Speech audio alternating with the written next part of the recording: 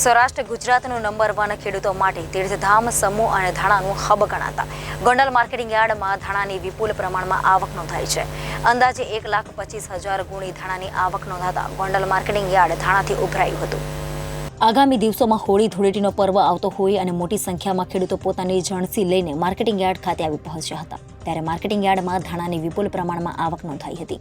યાર્ડના મેદાનમાં જગ્યા ટૂંકી પડી જતા અનેક લોકોએ દુકાને ધાણા ઉતારવાની ફરજ પડી હતી. માર્કેટિંગ યાર્ડના ચેરમેન અલ્પેશભાઈ ઢોલરિયાએ જણાવ્યું હતું કે સૌરાષ્ટ્રભરમાંથી ખેડૂતો પોતાનો માલ વેચવા ગોંડલ યાર્ડમાં આવ્યા હતા. ખેડૂતો ગોંડલ માર્કેટિંગ યાર્ડને પોતાનું માર્કેટિંગ યાર્ડ ગણે છે. આ વખતે ધાણાની સારી એવી આવક નોંધાઈ હતી. માર્કેટિંગ યાર્ડ દ્વારા ધાણાની આવકની જાહેરાત કરાઈ હતી.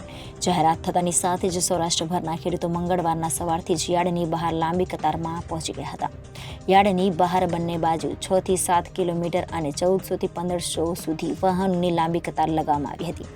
હરાજીમાં ખેડૂતોને ધાણા 20 કિલોના ભાવ ₹1000 થી 2026 સુધીના બોલાયા હતા. તેમજ ધાણાના ભાવ ₹1100 થી 2500 સુધીના બોલાયા હતા.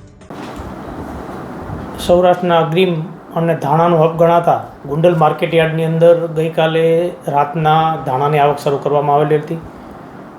અંદાજિત 1500 થી 1600 વાહનો હતા, જે બંને બાજુ હાઈવેમાં 5 થી 6 કિલોમીટરની લાઈનો લાગેલી હતી. સૌરાષ્ટ્રમાં મોસ્ટ ઓફ જિલ્લામાંથી ધાણાની આવક ગોંડલ માર્કેટ યાર્ડની અંદર થાય છે. ગઈકાલે જે આવક થઈ એ 1 લાખથી વધારે બોરી, એટલે કે 1.25 લાખ આજુબાજુ બોરીની આવક થયેલ છે.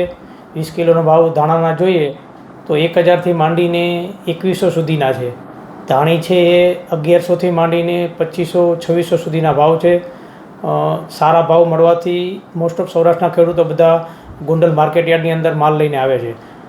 હાલ જગ્યા ન હોવાથી માર્કેટ યાર્ડમાં ધાણાની આવક બંધ કરવામાં આવેલ છે, જેની દરેક ખેડૂત ભાઈઓ તથા વાહન માલિકોએ ખાસ નોંધ લેવી. Bureau report Janadesh news, Rajkot.